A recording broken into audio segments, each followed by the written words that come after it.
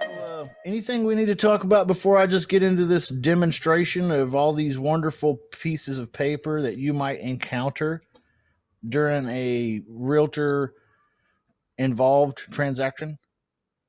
Anyone? Rick's got more than I do, even. Rick, you should be doing this one because you got more realtor paperwork than I do. I do believe that. You probably You go right ahead. being a realtor, you got stacks of papers, man. Your papers have papers. Yeah, and you're almost there. You're testing this year, right? Yeah, yeah. I should be Yeah, testing man. first of summer sometime here, or midsummer, depending on what happens. But Nice. I need to do the practice test first. You guys saw this, right? This was a real list report. Tell us what a real list report is, Rick. Do they have that in California, or do they call it something different? On, Oh, can you hear me? yeah, I can hear you. I am on mobile, so I'm sure Oh, we have something similar, but maybe different. oh, okay, yeah. All right. So this is a report that the home the a realtor can get about a home, and it includes not only just property information, but it includes public information. So not just MLS data, but also it incorporates public data. So it'll have estimated values. It'll have tax information, tax assessments. It'll have you know history, tax history, mortgage history, which is important sometimes when making an offer. If you're making an offer, it's sometimes interesting to come down here on a real list report and look at the mortgage history information. And you can kind of estimate how much that person still owes on the mortgage. If I can find the paperwork and get it together, I'll do a case study maybe tomorrow or next week or one of these coming up sessions where I used a realist report to estimate how much the homeowner still owed so that I knew what to offer without asking that question. And I got a hell of a deal. Hell of a deal. A really good deal. She was just wanted out. It was a divorce problem. Okay, so anyway, that's a realist report. Okay.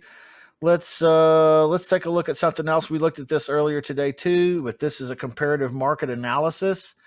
They will all look different depending on what realtors doing them, but a CMA is a comparative market analysis that gives you neighborhood information about comparables. It will have comparables in it. It'll also have various bits of data and statistics on appreciation for the area, all kinds of stuff. All right, and you can see it's pretty exhaustive information about the particular house and the neighborhood that surrounds it, and that's a CMA. I mentioned earlier today on PropStream. If you're not subscribed to PropStream, please feel free to use my link. Okay, get a 7-day free trial and save $3 a month. I think. I don't know why they give us a discount of $3 a month. It just seems really, that's really tiny. It's like, hey, use my link. You're going to save $3 a month. It's like I sound like a clown when I say that. So anyway, comparative market analysis. You can actually print one of these off right from PropStream. And here's a cool thing. Here's a cool tip on PropStream Mobile. You can even do it on PropStream Mobile, and then email the comparative market analysis to you, or you can email it to your client or to a buyer or to a homeowner.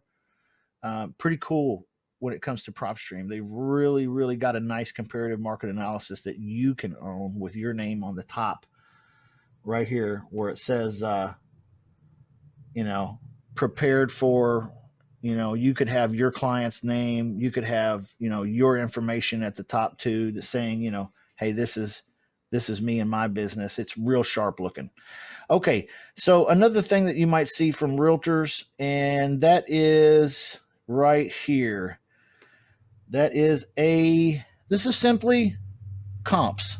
That's it. It's not a report. It's not a realist report. It's not a comparative analysis report or a competitive analysis report. I've heard it said both ways. This is simply just straight up and down comps. Somebody tell me real quick, what is a comp? It's the comparables of the properties within that neighborhood that have sold to give it the value. Yeah. See, they shouldn't, in my opinion, call them comparables. They comparable sales. They should call them comparable solds. Okay. A competitive market analysis will consider unsold properties, just listed properties, properties that are pending. It'll consider all of that information. Comps are comparable solds. Okay. Like normally, it's when you hear comps, that's what you're talking about. Is now give me some parameters for great comps. Anybody? It's got to stay within the restricted same neighborhood and be like very comparable to the property, the subject property. Give me a distance. No more than 0.5, even less than that. The less, the better. Yeah, a half a mile, 0.5 miles or less. 0.3 or less is really, really more admirable. Okay. What else should be comparable? Don't cross any major roads or railroad tracks or Yes. wander into another city. Yes. Yeah. Perhaps the neighborhood itself. Every neighborhood has a name, right? If you're in Blue Trails neighborhood with this house, the subject property, and you're looking at a comparable that's 0.2 miles away, but it's in Red Trails, it may be totally not comparable. Okay, Chuck has a very valid point there. Square foot, Max said. Yes, it needs to be comparable in square feet. How much leeway can you give it? If I have a 1,250 square foot subject property, what is the leeway on comps? 200 plus or minus. Yeah, 150, 200 plus or minus. Yeah, meaning 200 above, 200 below, anywhere in this range. Okay, 100 would be better. The closer, the better. What else? Anybody? Comparables. Year built need to be within no more than 5 or greater than 5. Year built, yep, it needs to be similar, okay? In the same era of home, all right? At least. Anything else? A question. If it's year built but then it got rehab currently, do you go by year built or the rehab date? You go by year built, but it's been updated, okay? So it will be worth more money than an unupdated one in most neighborhoods. Okay. You can't say that's a rule either. There's no real solid rules of anything in real estate, but for sure. Good point. How about beds and bathrooms? Got to be comparable. Okay. Yeah, it's questionable. Square footage. You need to be close, right? Square foot. We said, yep, you're right. Oh, okay. That's right. Anything else we can think of? Garage and pools. Garage. Is it attached, detached? 2 car, 1 car, no car, carport, Right. off street parking. What's that mean? No garage, no driveway. Off street parking means no garage, but you got a driveway or a car spot or something. You can pull it up off the street. Right? Okay. No carport or nothing. Just a spot off the street. What about lot size? Lot size could matter. Yeah. If you have an extremely large or extremely small lot, you may not be looking at comparables. Okay. So all these are good points. Good points. Now, it sounds like a lot of details to consider, and it could be to do a very, very thorough job. But I do the helicopter view using PropStream. I'll just go on there, pop in some numbers, and find some things I think look comparable from a helicopter distance, way above. And then I'll just go with that because that's right most of the time or close enough. Okay. So don't sweat it. Don't think you've got to, spend hours grueling over every detail. And well, this one had drywall and this one had, plaster. So I don't know if this is you can get real crazy with it. Don't do it. Okay. So that's comps. That's just a list of comps. Okay. Let me share. I have a question. Yeah. What about like things like like a pool. Does that matter? Like comparing a house that without Yeah. a pool, or what is, was that, it's not a big Yeah. deal? The pool will not add value. Okay, so it doesn't matter. Okay, good to know. Oftentimes, it will subtract value to the tune of about 10K. Okay. Just throwing that out there. Okay, because right. of maintenance? Yes. Because it's a problem with maintenance with children. People who have kids don't want them. Right. It's a specialty item. Okay.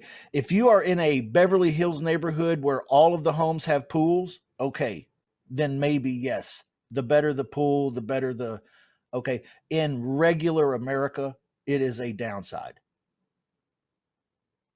As much as we all love pools. Believe it or not. Okay. I have a question. Yeah. I have been using ICOM, and then for a while I couldn't get onto ICOM no matter what address I put in. So does what else? Where else besides TopStream? Because sometimes you can't find them enough on TopStream. So where else, or does anyone know what's happening with ICOM, or where else do people look up besides TopStream? Yep. I can try that. Let's hear some. Yep. Yeah, I was actually having problems with that. So what I did was I was digging down in Realtor and then Redfin, and then I did also some Zillow. The best one is Redfin. It kind of gives you like accurate recent data though from recently property, because what happens, prop streams, they take too long to put recent data into it, from my opinion. Good point. Good point. Anybody else with a tip?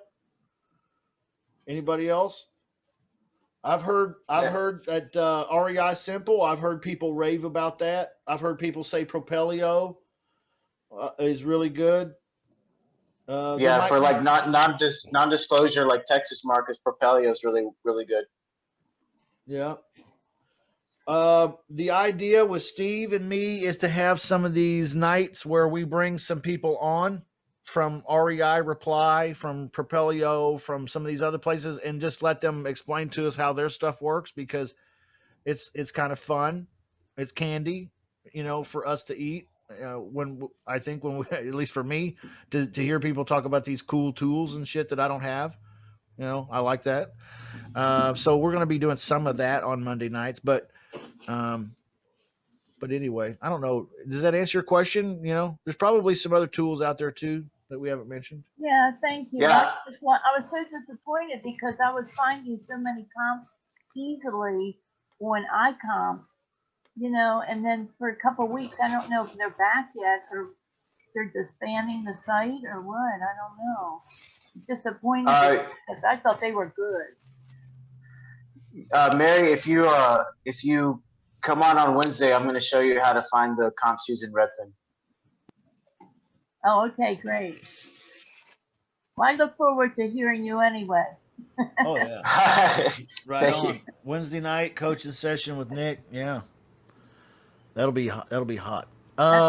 Thank you. You guys looking at the terms and conditions of the offer? This is something I shared earlier today. Someone suggested, one of the ladies here, that I put this in the Ugly House Agreements folder in Quick Start VIP in your dashboard thing. Okay. It's there now. Okay. So this is the parameters of an offer. So if you want to find that, that's in the Ugly House Agreements package in the shutupmoney.com/Quick Start VIP course. Thank you, Justin. Yeah. Good idea. Thank you. You are welcome. Okay, so let me close that out there and let's get back to some more things. And somebody can tell me what this is. Right? You see that? This is what a professional estimate looks like. An estimate of what? Repairs. Okay. Real simple, clean, unnecessarily detailed. Okay. You don't need one of these. All you need is a general number. Okay. If you want to go be above and beyond on a deal and you want to sell a deal to a buyer with a little list of what needs to be done in there and what you think each thing will cost, this is a nice format to do it. Okay. All right. I'm just saying you don't have to have that. Okay. How about this? Let's see here.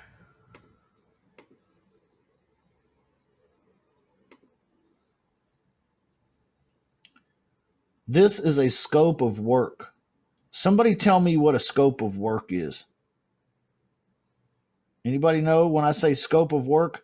You will hear your buyer pool, your fix and flippers, and your landlord buyers will refer to this as the SAL.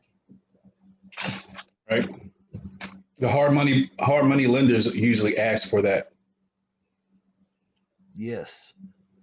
When your buyers go in to a property and they are applying for hard money or any kind of money, really, even private money, most of the time, they're going to have to produce a SAL, a scope of work.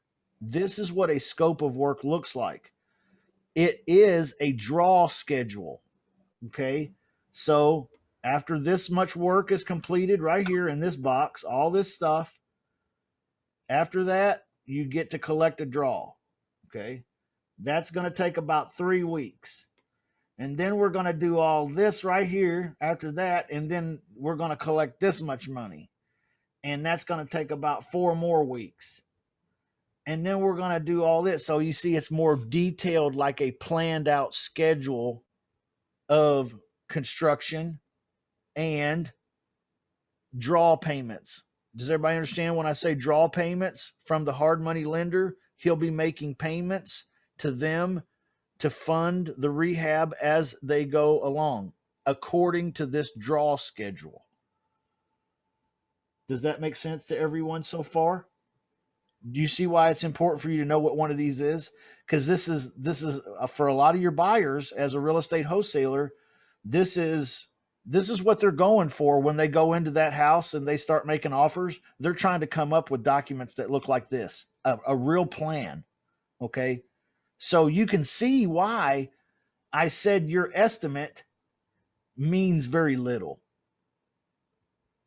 It's simply for the buyers a starting point, because most of them are going in to try to develop something way more defined and detailed and something that they know that they can count on. Okay. A scope of work, a SAL. Okay. All right. I hope that helps on that. Let's take a look at something different here. This is a home inspector's inspection report. If you've never seen one of these, this is what it looks like.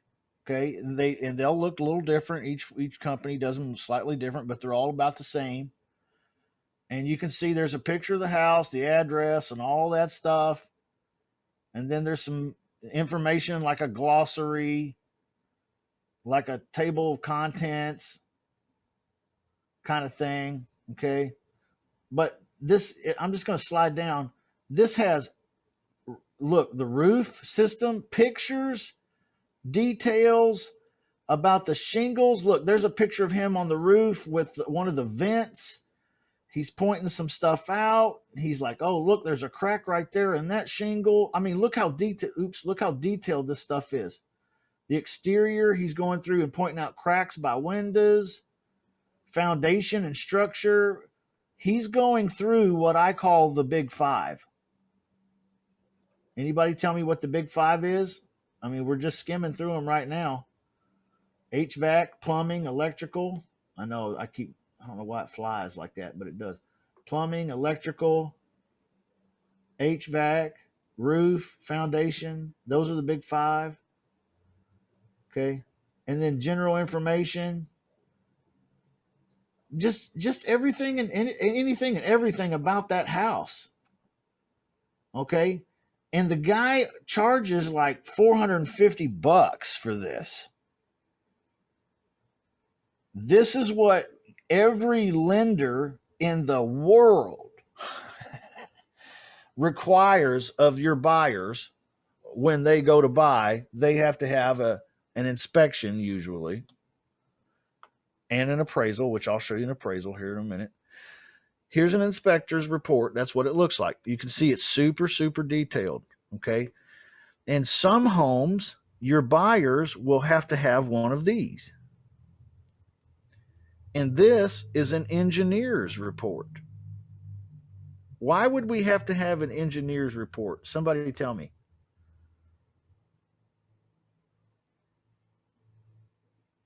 Anybody? Problems with the foundation? Yeah, look at these pictures. See, what he's concerned with is structural issues. See, he's taking pictures of the foundation in this report. You can see, I hope you can see this. And he's just all up in this foundation. Okay. And he's taking pictures of what else? The beams that hold the structure together, right? So in some cases, you'll need, or your buyer will need, okay, here's what he recommends: crack repair, grading improvements, okay, so on, so forth. All right, so in some cases, you or your buyer will need, and that was an old house, by the way, about 100 years old. So we had to have an engineer report. So that there cost about $200, I think, $300 or $400 again, something like that. I can't remember. That's it. Say what? Okay. If you've never seen a real estate appraisal, this is what one looks like. When a lot of your buyers will have to have an appraisal done. All of your tenant buyers will have to have an appraisal. Okay. So this is what an appraisal looks like. You can see it's just another report. Okay. And here we go. Oh my gosh, my eyes begin to cross. Okay. But inside here is pretty much everything you'll ever need to know about this property and all the properties around it in the neighborhood, what's going on there, what's happening, and all these kinds of details. Now, we haven't even begun to get into the details, but look, it goes on and on and on and on. Okay. Here's more details. This is comps on crack, right? This is comps on crack. Look at this. He's getting into pictures. He's getting into pictures of the inside. Oh, wait a minute. And let's see. And he's getting pictures of comparable photos of other houses. See, this is a really in-depth kind of thing too. Look at all these other listings and comparables and building sketches, plat maps, location maps. So all of the things that we were talking about before in comparables, his job or her job as an appraiser is to take those things into consideration and write up an accurate appraisal. Now, here's a pop quiz. Why are appraisals something that is required so frequently in real estate? Can anyone answer that question? Why do we need appraisals in real estate? And don't just tell me, well, because we need to know what the house is worth. Okay. Why do we need to know what the house is worth? The bank wants to know that whatever they're securing is worth what the loan is. Yeah. It has everything to do with the money, right? They want to protect the money. So they want to make sure you're not borrowing too much money. It is simply a checks and balances to protect the lender or the investor. Okay. Here is a different appraisal. Okay. So you can see his cost $400, and here's his invoice right here on top. Cost me $400. All right, here it is. Another appraisal. And you can see it's all official and everything. And here's all this stuff. And again, just more and more and more details in every possible way, just on and on for 27 pages. Okay. So an appraisal is very, very, very, very detailed and exhaustive. Okay. Now let me show you another document you're going to run into. We're talking about documents you're going to run into when you're doing deals that realtors are involved in. Okay. A settlement HUD. Somebody tell me what a HUD statement is. That's where Lays out what everyone. Was that Addie? No, I was going to say it pretty much lays out what the numbers, what everyone's going to be getting paid. Yeah. Yeah. Right. What were you going to say, Nick? Yeah, that's what title uses to pay everybody on. Yeah, it's a settlement statement. So this is where title company or the closing attorney settles the bill. They close the transaction. Okay. Yeah, they usually have a preliminary HUD one, and then they have the final HUD one when you do the closing. Yep. And you'll sign off, or the buyer will sign off on the HUD as they approved it. Okay.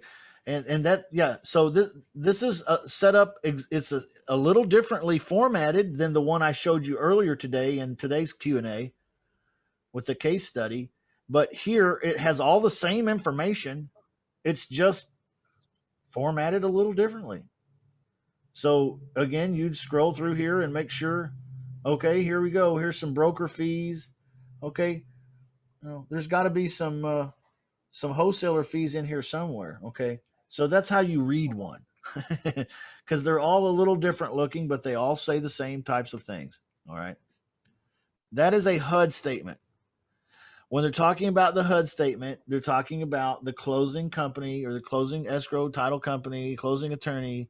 They're talking about that final settlement statement that shows where all the money goes, who gets paid what, how much the loan got paid off for, how much the seller's still getting, how much the buyer has to bring, how much the fees are for this and that. And everything is on a HUD. Okay. Everything. And so any questions about the HUD? This is kind of an important document to recognize and to know what it means as a real estate wholesaler. Any questions? Yeah. Yeah, Justin. So if I was working with the realtor, let's say I was the buyer and I was going to pay the realtor the 3%. Is that going to show up on here, or am I going to get my assignment fee and then pay them outside of the HUD? Yeah. Well, most of the time, realtors want to be on the HUD. Okay. You may be able to make an arrangement with one and do something different, but most of the time they want everything on the HUD because that's just really the most transparent and honest way to do business. And not to say that it would be wrong to do it another way, but this is just the conventional standard way of doing it. Everybody gets on the HUD. Okay. So you can see in the example I gave today in the case study, I went to go do an assignment agreement and the realtor told me, no, me and my broker decided that we just want you to fill out an amendment, and in the amendment say that you're going to get paid X amount of fee for marketing. And see, this is totally what I taught you not to do as a wholesaler. Okay. But the realtor and the broker and the title company all decided it was okay. And so they went ahead and they allowed me to charge a $10,000 marketing fee and $10,000 for my JV partner, him too. And we filled out an amendment and they added us to the HUD, just like the realtor was on the HUD, just like the broker was on the HUD, just like the seller was on the HUD, just like the lender was on the HUD. We were on the HUD with everybody else, just a HUD full of happy people, So, each deal is a little different, just to be honest, and you can never really tell exactly how it's going to go. That's why you hear me say things like, I'm not married to anything except the Lord and my wife. This paperwork, I'm not married to it. So if I need to change something, Mr. Realtor, if I need to do a different piece of paper, or if you want to do an amendment instead of an assignment agreement, hey, whatever floats your boat, as long as we all end up getting paid at the end of the day. That's really what we need here, right? and they feel the same way. They're not trying to screw anybody. They just want to get paid, and you do too. So it's really congruent mentalities, I find. Anyway, I hope that helps. I ramble a lot. Sorry. Any other questions about HUD stuff? The HUD statement? Yeah, Justin, Yeah. quick question about the double closing. So let's say if it's a double close, would it show in the HUD? Nope. Because the HUD, you would have two HUDs in a double close. Oh. In a double close, you have closing one, HUD one, the first HUD, and then the second closing, second HUD. Okay. Separate issues. Everything, and nowadays, you don't hear me talk about double escrow closings much because I don't like them. They're very expensive to do. But here's the thing. They've gotten so particular about them at title companies that everything transaction A has to be completely separate from transaction B. Okay. Transaction A has to be funded with a separate HUD and a separate closing and separate signatures. And then we can have a completely separate where you sell it to your buyer. Okay. Everything, new money, new everything, new everything, new everything, new everything. Nothing can be cross-pollinated between transaction A and transaction B. That's how they've gotten. Okay. So it's become doable still, but yet again, a little bit less easy than it used to be. So I hope that helps. It would be separate HUDs. Anything else about HUDs? It's important. It's important. What happens, what you'll find is one day before the closing on your very next deal, you will get a phone call or an email from the title company or closing attorney, and he will say the following: can you help me find your buyer? I need them to approve the HUD so we can close. It's going to happen. Okay. When that happens, they're asking you to track down your buyer because they got one of these and he needs to put his John Hancock right there at the bottom. Okay. Or at least he needs to say, he'll need to sign it, but they'll wait to make him sign it there, or some which way, but he'll need to verbally approve. Yes, I will sign this. Okay. That happens notoriously one day before closing. A lot. Just letting you know. It's not a problem. It's overcomable. You just call the guy and say, hey, I need you to, I'm going to make sure I'm going to email this HUD to you. Title company's been trying to get a hold of you. Let them know it's good or it's not good, as they're trying to wrap this bad boy up. Okay. That's all you got to do. So that's a revised HUD. Any other questions about that?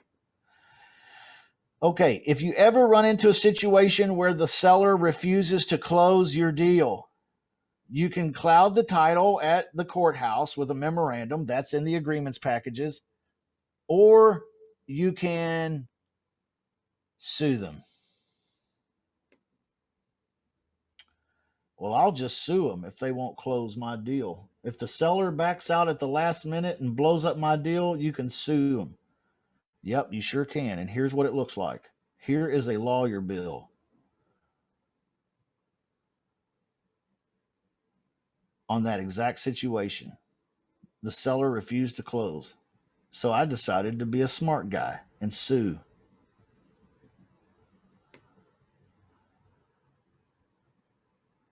Okay, so The lawyer charged you $2,000. Actually, by the time this was really over, it was $3,500. Holy cow! But you can see, just getting him going cost $2,727.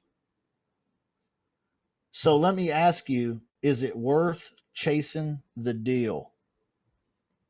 Nope. That far? Did you get your money back there or no? I got the deal, but it was screwy how it happened, because right as I was getting progress with the attorney with her, the homeowner, she signed the deal back over in deed of lieu of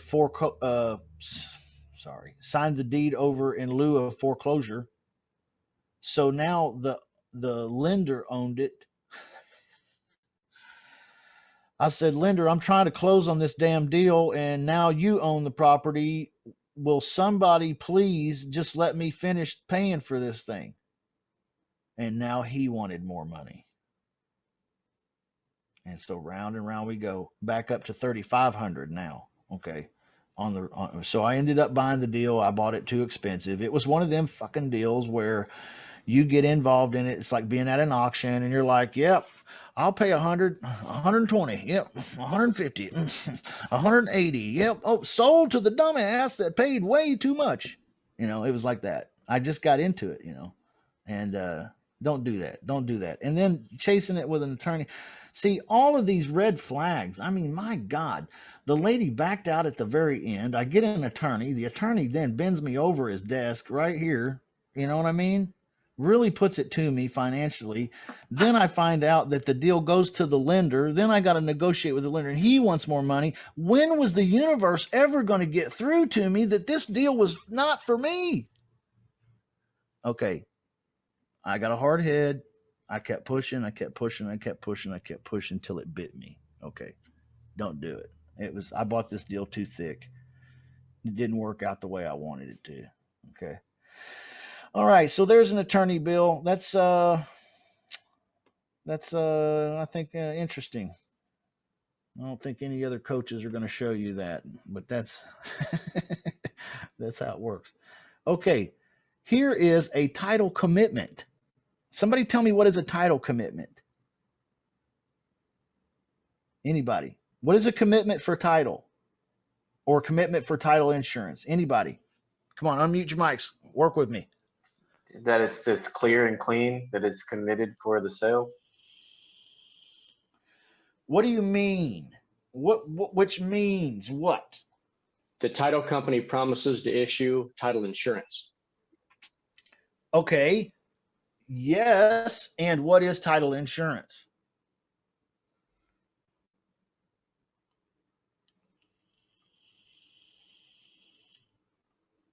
Anybody? Somebody Google it and tell me, what is title insurance?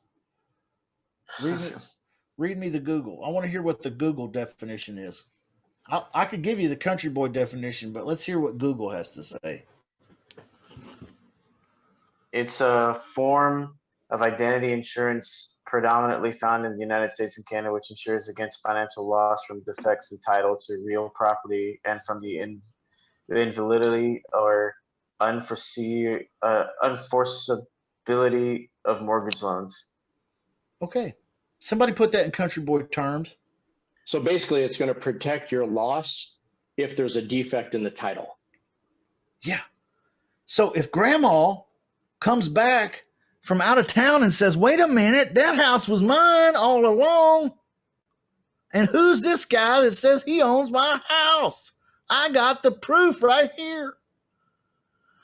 Raises a big stink. You got title insurance. If they find out that grandma really owns that house, they'll make you whole. Okay. That's what the hope is. Okay. For title insurance. That's what the hope is.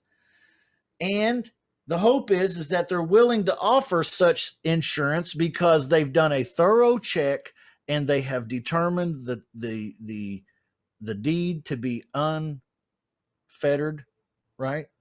It's not clouded. It's not where it can't transfer cleanly. It's a clean title. Okay. When I say clean title, what do I mean? That it's clear of all those issues. That It's back taxes, liens, Yes. conflicting Yes. wills, things like that. Yes, it's clear from dispute. Okay. It may have liens on it that can be cleared off in the transaction. Besides that, it's very, very clean. Okay. What is a cloudy title?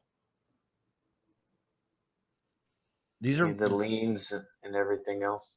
Yeah. A cloudy title means there's questions. There's questions about the validity of who owns what and who owes who and this and such. Okay. There's a lien on it. Somebody says somebody owes them something, and there's questions here. That's a cloudy title. Okay. What do all purchase and sale agreements have in them? What do they say about a title being clear or cloudy? Someone tell me, what do all purchase and sale agreements say about that? That the seller needs to provide clear and clean title in order for the transaction to go through, or the buyer has the right to cancel the agreement. Yes. If the title company determines that your deed is cloudy, then the buyer doesn't have to buy it. He doesn't have to buy your cloudy problems. You are responsible as a seller to provide clean, clear, marketable, or sellable title. Okay, right? Pretty clear. But you'll hear these words talked about a lot, all right, in the real estate business, in the real estate wholesaling business. Okay, so that's a title commitment. When does this come out in the deal? Anybody? When you open up escrow with the title, When you open up escrow, they start working on producing this. Hopefully right away. When they produce this, it means what? It's clean. It means it's clean. And what else does it mean? that you Once the got conditions you're are about met. to. Yeah. Once you guys are ready, let's close. That's what it means. Yeah. When you hear a seller or a buyer say, oh, yeah, it's already over at ABC Title and they already got the title work done, they're talking about this is done. Okay. This title commitment's done. It's ready to go. We just need to get our shit together and they're going to close us. Okay. That's what that means. Okay. So I know that's rudimentary for a lot of us in the club, but like I said, there's a lot of new people here that maybe need to hear some of that. Okay. So that's a title commitment. Let's look at another document. Let's move on. We spent a lot of time there. All right. Here's another one. This is called a wire instructions. Now that's pretty common sense, right? This came from the title company, First American Title Company. And this is how you may get one of these from the title company to forward to your buyer so that they know how to wire money to the title company for their earnest money. Okay. So if you ever get one of these, this is what it's for. It's so they can wire money. You or your buyer or somebody can get that earnest money over there. Okay. Or maybe a private lender or, somebody in the deal, whoever needs to send money to the title company. Every title company has one of these. Okay. They have wire instructions and that's how they like to do business. So you just have to ask them for it. Okay. Here's another document that we'll see frequently. Cancellation and mutual release agreement. You'll see this a lot when you do business with realtors. Somebody tell me what this document is.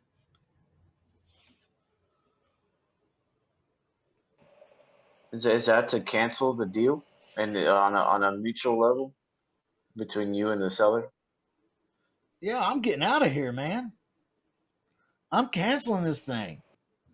So when a deal gets canceled midstream by you or the seller, your buyer, somebody cancels the deal, the realtors will send out these documents here so that people can sign them and you can see the purpose of it is so that everybody knows the deal's over. And secondly, you can see right here it says on line 12, buyer and seller agree that the earnest money of however much it was goes to who. Okay, so this is just a confirmation so the title company can close the folder, close the file, and send the earnest money out of their account to wherever it belongs. This is instructions for the title company. It's a cancellation and mutual release agreement. Okay, you will see one in your career. There is no possible way that you will go your entire career and not see one of these. A deal will fall apart sometime, and you will see one of these again. Okay. Do not be afraid of it. It is very simple. Okay. Very simple to navigate. All right. Now, another thing your buyer will have to provide the title company when they buy a property in a company name is this document right here. right? Articles of organization. There's also an accompanying document called, anybody know what the accompanying document is? Okay. It's the rules or bylaws, or what's the word? Anybody? I'll leave you guys to look this up because you need to. This is an LLC, Operating an operating agreement. Yes, an operating agreement. So they'll want, the title company will need your buyers, articles of organization, and operating agreement in order for them to be able to close. Why? Can someone tell me? Well, to make sure that they 'Cause it's got- exist, right? They exist and it's valid. I'm just guessing. Yeah, to make sure that the company is valid. And number two, to make sure that the person signing has the authority to sign for the company. Make sense? The operating agreement will say who has authority to sign for the company and who doesn't. And that's why they need a copy of that so they can make sure that Mr. Nick has the authority to sign for the company. Otherwise, this is a waste of time. All right. Does that make sense? So does it have to be can it be a managing member, or should it be the owner president? It can be whatever your operating agreement says. It's up to you. They just need a copy of your operating agreement so they can verify that what's happening here is in accordance with your rules that you set. And does your operating agreement say that you're buying or selling real estate? Yeah, it says it right here. Number two, purchase and sale and management of real estate is the entire purpose of the whole company, the whole LLC. Yeah. So the operating agreement definitely references us buying and selling real estate. I have the authority. Okay, you guys remember here. Let me see if I can find it. Oh, no. Wait a minute. You had it in your terms and condition. Yeah, I'm going to document. open that up. Can you see the terms and conditions right now? Yeah. Okay. You see number 2? It says Justin Chamness at this email address will sign on behalf of the company as per our operating agreement. Okay. So in other words, I'm going to have to provide this operating agreement to title company anyway. I know that, but it says in there that me as the lead managing, I'm the managing partner. Okay. Or I'm the manager. I can't remember. It's all legal tax mumbo jumbo bullshit, but yeah, I'm the manager, whatever. Okay. But that means I can sign for the company. All right. I have another person in one of my companies, and he is a minor. He cannot sign. Okay. He is only a member. According to the operating agreement, he's a member of the company. I'm the manager. Can the member sign? Hell no. Members can't sign for shit. The manager has to, right? So the title company just wants to make sure that nothing like that's going on here, you know? And so that's why they'll need a copy of those documents. Justin, is this something that we'll have to submit to title when we're not assigning and we're like the end buyer? Because I'm thinking when you purchase this property, were you renovating it? Were you flipping it? Is that why you had to provide this document? The articles of organization? Yeah. And the operating agreement? Yes. Right. When you are closing on the property yourself, or when your buyer is closing, they'll have to provide theirs. Whoever's closing it in an LLC or some company name has to provide those company docs. Okay, got it. So yes, in this particular example, I was buying this house. Okay. But if we're just assigning it, this is not something that we're gonna have to. No. Okay, so then I have to get rid of that sentence under the terms and condition, right? Where it says the operating agreement, if I'm submitting the terms and condition to a realtor? No, leave that in there because you're going to assign that agreement to your buyer. Okay. And your buyer then will assume that responsibility of providing his documents and signing for his company. Okay, so got it. Yeah. So just leave that in there. But here's the thing, guys. I've done so many deals in my career. I swear, I don't even remember buying this property. It's so lucky. And if I did, I probably owned it for 30 minutes or something like before I sold it again. I really don't know, but I'm just telling you, this is how they all work all the time. Okay. And it's important for you to know as a wholesaler, because the title company may contact you at some point on a deal and say something like this: hey, can you track down the buyer, because he still hasn't sent us his articles of organization or his operating agreement yet, and we got to have that in order to set up closing. Okay, if you don't know what they're talking about, you'll be like, who do you what, and then who where? Okay, yeah. Well, you'll sound dumb, like you don't know what you're doing. Okay. So what they're talking about is your buyer needs to send them the company docs that we're talking about now, so that the title company can get it ready to go for closing and he can sign for the company. So that's what they're talking about. That's the reason why I'm sharing with this, so you can look smarter, because when if you were me, when I was going through some of this and people were talking, I was just like, yeah, oh yeah, sure. Oh my gosh, I can't believe they haven't done that yet. Okay, yeah. Like, and I have no idea what's yeah, man. They said you need to get the articles of organization over there and the operation. What are they talking about, man? Oh, okay. You'll take care of it? Okay, cool. See, I sounded like a moron. All right. You don't have to be that way because we're going through this little class tonight. All right. So anyway, that's articles of organization. Yeah. Can I ask a question about the title? Yeah. Go back to the title. Yeah. If a seller, okay, owes a bill, but it's not in a lien, okay, can it be clear title still? In other words, there's a seller who they have a large electric bill, and I don't think it's to the point of a lien, but the electric company is saying that they won't turn on electric in the house.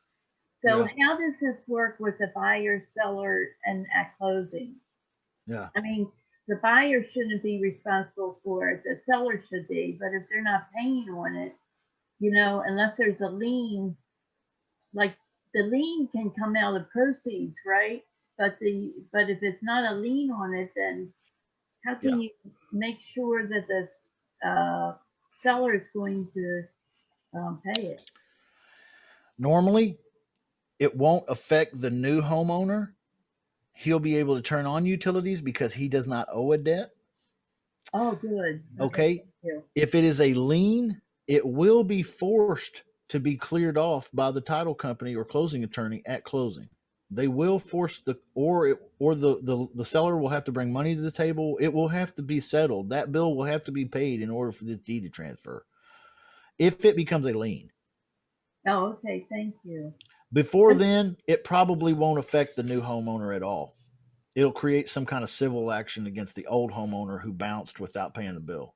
Oh, I see. Yep. Thank you. Yep. And also, too, when you owe county taxes, and it's the current year, then how does that work out? Does it, is it prorated? Oh, yeah. I was going to pull that form up and I didn't because I thought, well, nah, let's not do that. But there's actually a form that's an addendum called a proration of taxes addendum. And basically all it says is and this is actually a phrase that's in a lot of purchase and sale agreements. It will say the following, something like, taxes to be prorated, to the day of closing, blah, blah, something like that.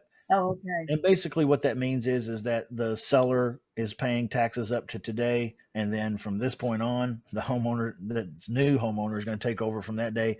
And so whatever's been escrowed will be settled and they figure it all out. So, but yeah, that's an important thing. The tax bill, who's going to pay the taxes and how's that going to work? If it's back taxes are owed, sometimes the buyer will volunteer to pay back taxes just to clear the title so he can buy the house. Yeah. Oh, yeah. Okay. Thank you. Yeah. No problem. That's great. You always have great questions, Mary. Let me share screens and show you another thing here. All right. Right here, this is an investor packet. This is what me and my team use. We use this format here. And what this is after we get a deal under contract, if we're going to send it out to our buyers list or something like that, the first thing we do is we build one of these packets. And my team does this. And you can say, well, how did you all get started doing this? Well, actually, my guy did it. He invented this. Remember, I told you I have a Canadian. He's an ex-businessman. Okay, so he's good with computers and reports and understanding all kinds of stuff. It pays to work with good quality virtual people. Okay, but he puts these together every deal we get. Okay, and you can see it's a very nice format. He's got all kinds of information here, comparables and returns and ARV, projected profits, on and on. Just overkill. Okay, overkill. You don't need to do it. Okay. I told him not to do it. I said, listen, man, we don't need all that shit. All I need is, I told him this. Let me share this one with you here. Let me share it with you again. I said, look at this. Slide down here. I said, slide down here and look at this. I'll say, you see the property stats? I need from here down to here in an email. I still get the report. Okay.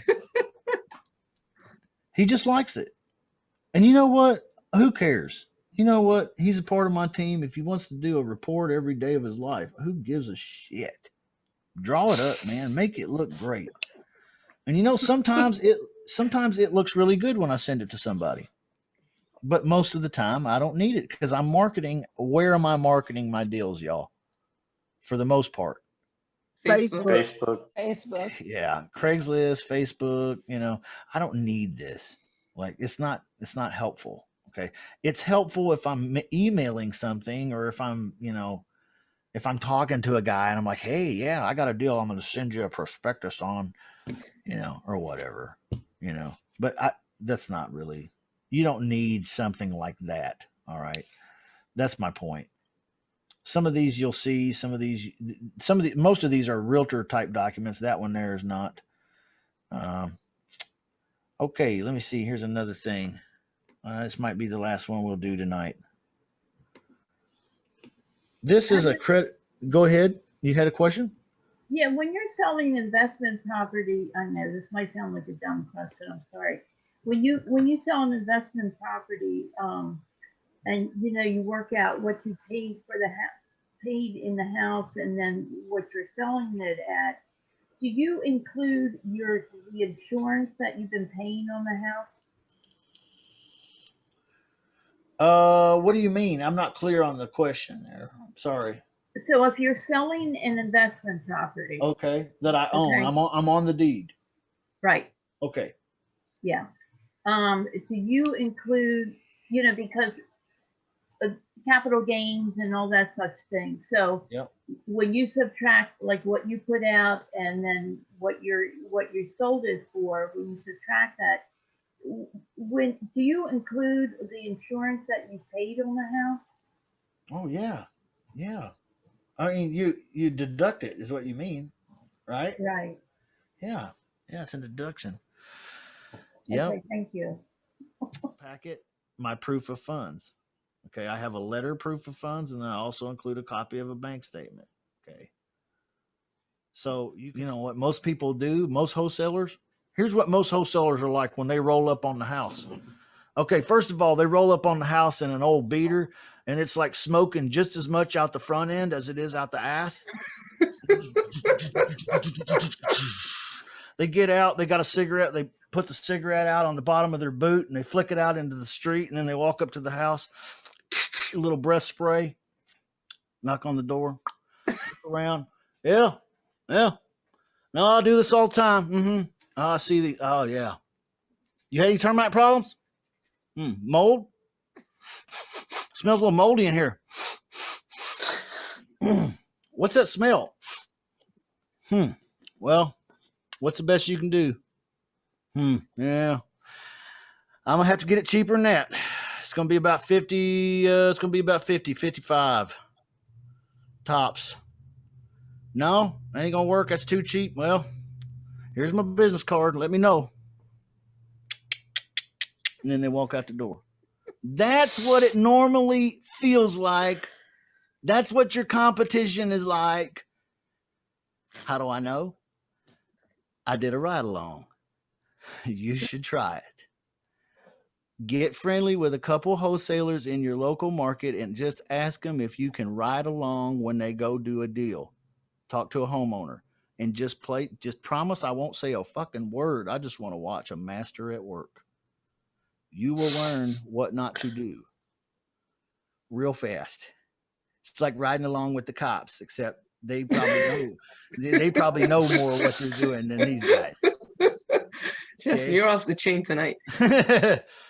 So if you're going to make offers in your local market, it's okay if you want to develop a little packet like that. Go to PropStream, print off a nice CMA, put it with the packet, and send it over because it looks like you know what you're doing.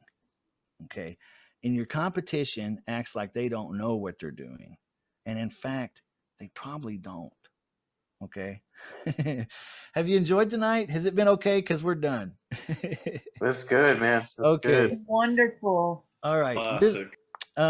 There's some other agreements that thank you, everybody. There's some other agreements that I shared today in the case study. If you missed the case study that of a wholesale deal involving a realtor, you want to catch that because I show the buyer's exclusive agency agreement and I talk about some other things in that.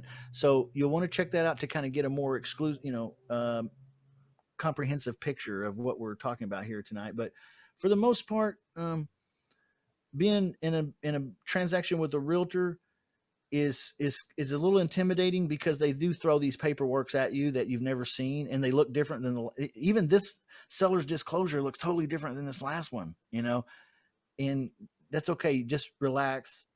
Paperwork is just paperwork. You'll get better at it in time, and you'll learn to be more comfortable and make decisions. Okay. Some of you in here are going over the contracts. I swear to God, I know this about you. Listen to me. You're going over this contract shit 2-3 days, worried that you got it right before you send it to somebody. Okay. Get over it. Okay. It's not that big of a deal. All right. Get some help, get some advice, and then send it out. Okay. The worst thing they can say is, hey, that there didn't make any sense. I don't like that. Or can we change that? Okay. That's probably the worst thing that could happen. And it's probably going to happen anyway, even if it was perfect. So don't worry about it. Okay. Justin, I had a question regarding the proof of funds letter when dealing with realtor, but if Nick, is this something you're going to address on Wednesday? I can just wait on Wednesday if you're gonna address that then, if Yeah, I can, but I can wait on bring that Wednesday. up I'm on just I can wait on Wednesday instead of asking tonight if if we're trying to wrap it up. Just in terms of like how do we handle that part? But yeah. So when you have a normal wholesale business and you're making offers on off-market properties, it's not an issue because most homeowners will never ask for a proof of funds. But realtors have been trained to ask for proof of funds because it's on their checklist of shit to do. Okay, Rick, tell me if I'm right or wrong. When you're a realtor, and a lot of these realtors have brokers that give them a checklist, and it's like, okay, once you get a deal started with somebody, here's a checklist of all the paperwork I'm going to need you to get signed and in the order that you need to get it signed. And I need you to check these fucking boxes right here. Is that right or wrong, Rick? Oh yeah. Oh, that is right. That's right. Yeah. So, these realtors, they get blinders on. It's like, well, the next thing on the list says proof of funds, and there's a box that needs to be checked, and I can't move forward until I get this box checked. Okay. Literally, that's what it's like. Okay. So, I guess to answer the question is with a realtor, you're going to have proof of funds. Okay. One way around that is if you don't have any money and you can't show a bank statement, is to go get a hard money lender's proof of funds and just make offers based on lending. Okay. Not cash only. Okay.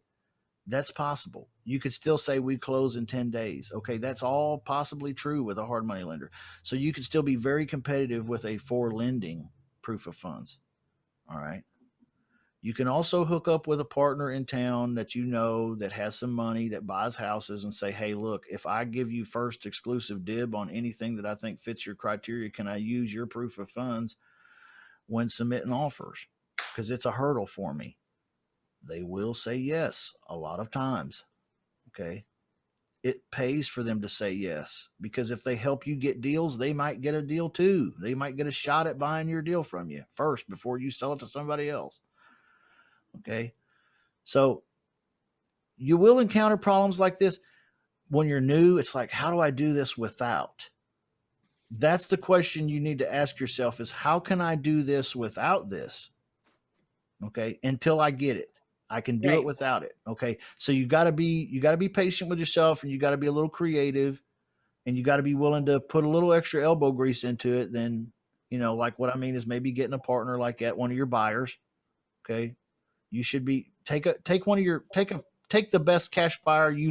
Maybe they've never bought a deal from you because you never had a deal.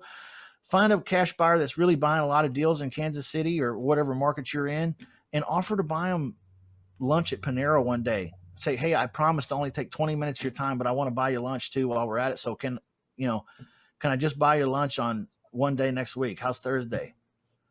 Okay, that's okay. You don't do lunch. Okay, you're busy at the job. Okay, you're looking at your projects. Okay, I get it. How about 5:30 in the morning? I'll meet you at Denny's. How bad do you want it? I'm serious. I've done it. How about 5:30 in the morning at Denny's? I'll be there Thursday morning. See, now you're talking, dude. Now you're somebody he's willing to listen to, because, hey, this guy fucking crazy. He wants to meet me at Denny's at 5:30 because I told him I'd get up at 5 and I'm out the door at 6. Okay, so work it. Be creative.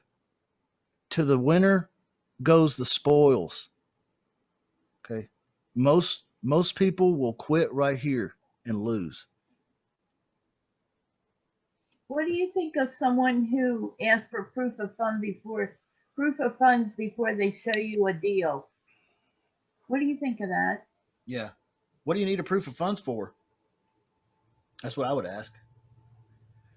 Well, I need to make sure your buyer's, good to go before I send this deal over. Well, they don't share proof of funds with people that don't have deals to sell. I mean, are we at an impasse? Do you have something that you could sell? Because I'd love to have a proof of funds provided for you if you have something worth buying, but we don't want to show proof of funds to buy nothing.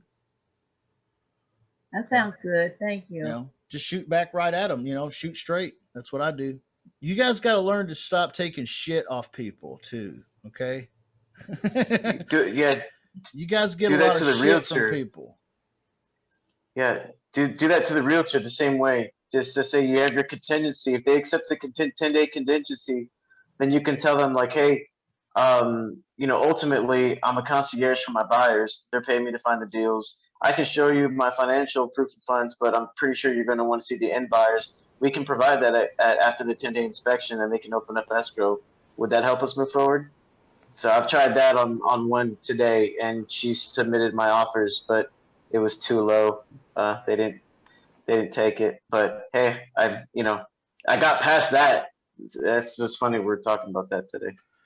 Yeah, I told them because I've had a few ask me that, and one I said, well, at the time that if you bring me a good deal, then I certainly will, show you my proof of funds. Exactly.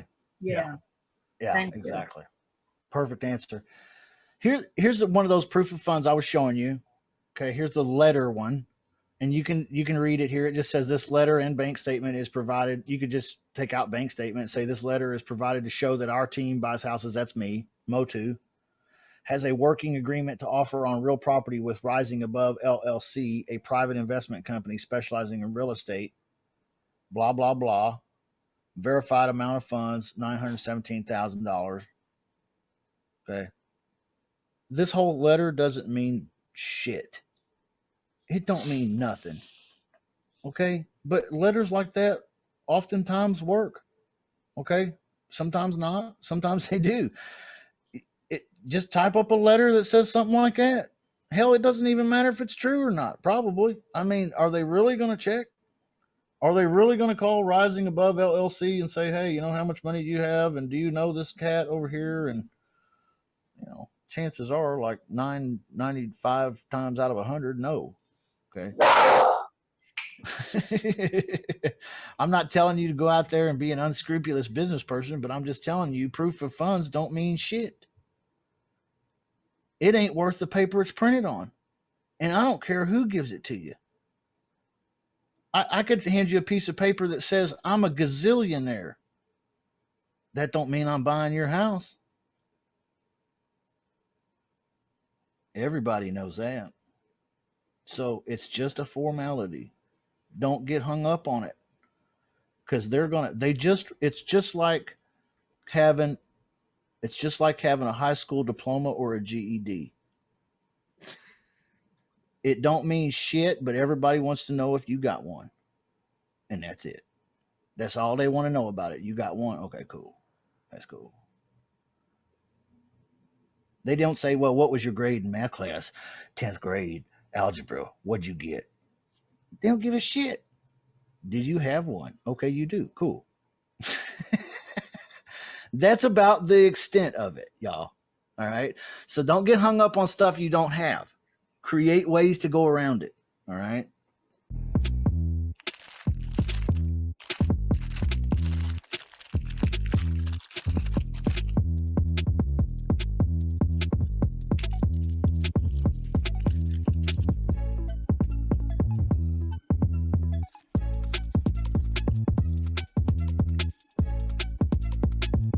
No more questions.